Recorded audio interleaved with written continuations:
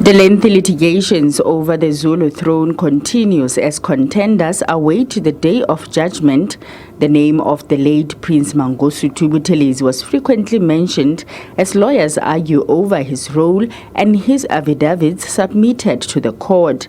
Among those is one affidavit that is alleged that Prince Buthelezi refused to sign, and it contains content relating to the identification and customs followed during the process leading to the crowning of King Mangosuthu Buthelezi as Isilo of the Zulu nation. It's quite an emotional 2 days for me from two fronts, because my father was very involved in this case, first and foremost, and submitted a lot of affidavits building up to the decision by Judge Madondo. And today, of course, anyone who was here, he featured a lot his name. So that alone, but at the same time was touched, because we were all reminded, as even other princes and Amakosi were saying, by the role that he played, how much he dedicated his life for 70 years to the kingdom. Dominant to King Mangosuthu's argument is that custom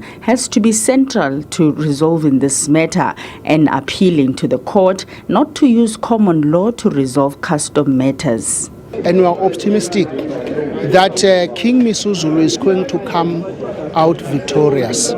But the victory of King Mangosuthu is not only his victory, but is the victory of the whole nation and the victory of the royalty, because whatever decision that will come up here, we are bound by the decision. A clarion call for the royal house to be protected.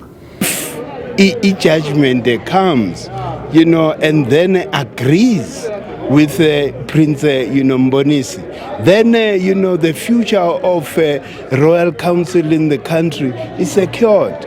If the case goes against, that is a destruction of the royal house.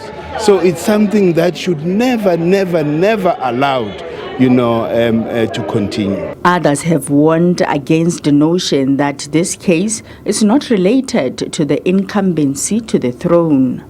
We are confident that the Supreme Court of Appeal will reopen the matter in totality when it is being remitted to the investigative process. You will recall that at Pietermaritzburg High Court, there was a judgment by Madondo to the effect that the issue of identification had been settled.